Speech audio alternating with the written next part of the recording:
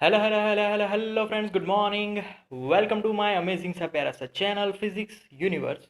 I hope you are all fine at your home and we are enjoying this online lectures. So guys, today's our topic is concept of heat.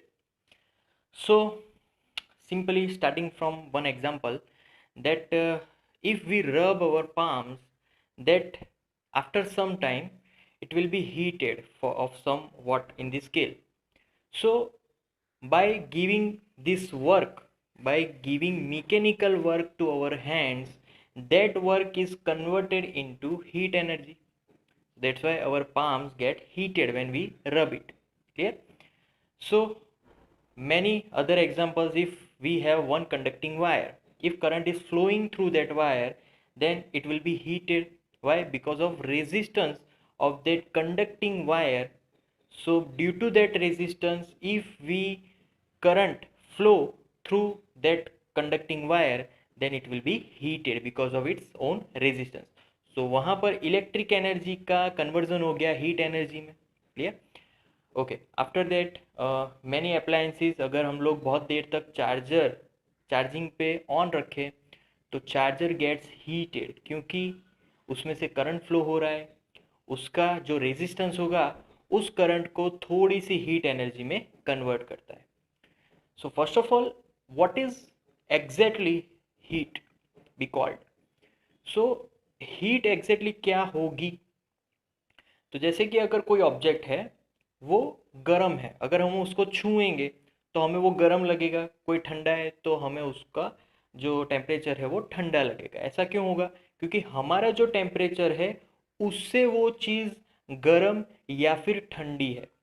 अगर वो चीज़ हमारी temperature का similar होगा, suppose कि हमारा जो temperature है that is 97, अगर वो 97 फ़ारेनहीट, अगर वो ऑब्जेक्ट भी 97 डिग्री होगा, सो हमें वो ठंडा या गर्म नहीं लगने वाला. बट अगर फॉर एग्ज़ाम्पल अगर हम चाय को गर्म करके लेके आते हैं तो हमें वो गर्म लगता है, या फिर शरबत में आइस डाल के फिर उसको टच करते हैं वो हमें ठंडा लगता है. सो बेसिकली हमें ऐसा क्यों लगता है? क्या इंटरेक्शन हो रहा है हमारा जो बॉडी पार्ट्स है और वो जो ऑब्जेक्ट है उसके बीच? तो सिंपल, अगर कोई चीज़ गर्म है, जैसे कि मैं एक पानी का एग्जांपल ले लेता हूँ. अगर एक पानी मैंने उबाल कर सिर्फ रखा ही है और अगर मैं उसको छूता हूँ तो पानी की जो ज़्यादा हीट एनर्जी है वो मेरे हाथों में चली जाती है. सो बहुत ही एक्सेसिव हीट एनर्जी होगी, तो ज़्यादा झटका लगेगा, बहुत ही गर्म लगेगा. क्योंकि जितना टेम्परेचर ज़्यादा होगा उसकी उतनी ही हीट एनर्जी ज़्यादा होगी और उतनी ही हीट एनर्जी हमारे बॉडी में ट्रांसफ़र होगी वाया आवर पाम्स. तो इसीलिए हमें वो ज़्यादा गर्म लग रहा है. अच्छा, अगर हम लोग आइस को छूते हैं तो फिर क्या हो रहा है? तो हमारी जो हीट एनर्जी है वो आइस में जाती है.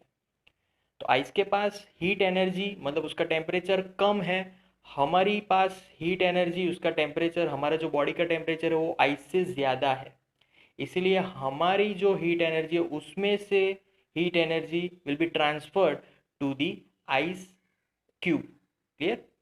तो यहाँ पर heat energy transfer always it is from, so यहाँ पर अगर लिखा जाए तो हीट एनर्जी ऑलवेज ट्रांसफर्ड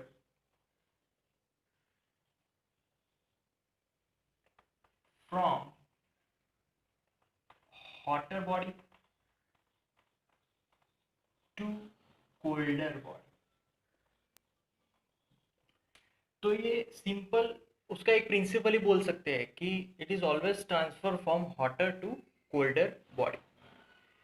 तो हीट ही ट्रांसफर हो रही है, टेम्परेचर कभी भी ट्रांसफर नहीं होगा. टेम्परेचर तो एक स्केल है, वो स्केल हमें दिखा रहा है कि कौन सी बॉडी हॉटर बॉडी है, कौन सी बॉडी कोल्डर बॉडी है. सो यहाँ पर ऑलवेज ये चीज़ याद रखनी है. अगर मेरे पास एक यहाँ पर अगर मैं ड्रॉ करूँ, गर्म उबाला हुआ पानी है जिसमें से ये वेपर्स निकल रही है और मैं अगर उसको छू लेता हूँ तो यहाँ से हीट एनर्जी ट्रांसफर होगी कोल्डर बॉडी. और सिंपली अगर मेरे ग्लास में कुछ आइस क्यूब्स है और वो उस उसको अगर कोई छू ले तो हीट एनर्जी ट्रांसफर होगी आइस क्यूब में, है ना। तो heat energy always transfer from hotter body to colder body. So that's our simple example.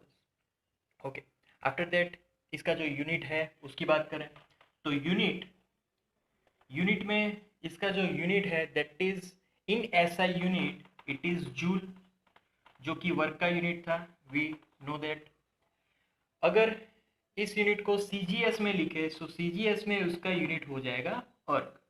ठीक है.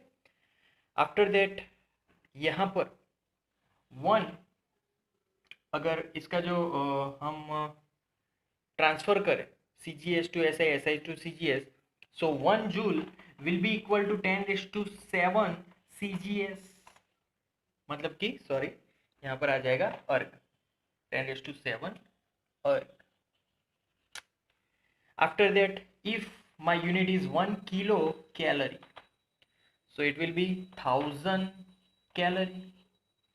Got it? And the last one, that is 1 calorie is equal to 1.483 joule. Sorry, यहाँ पर change हो जाएगा 4.186 आएगा joule. So this is the units of our heat energy. So that's it for today, guys. That's our concept of heat. Thank you so much for viewing my video lectures till the end. That means a lot to me. Please like my videos and subscribe my channel.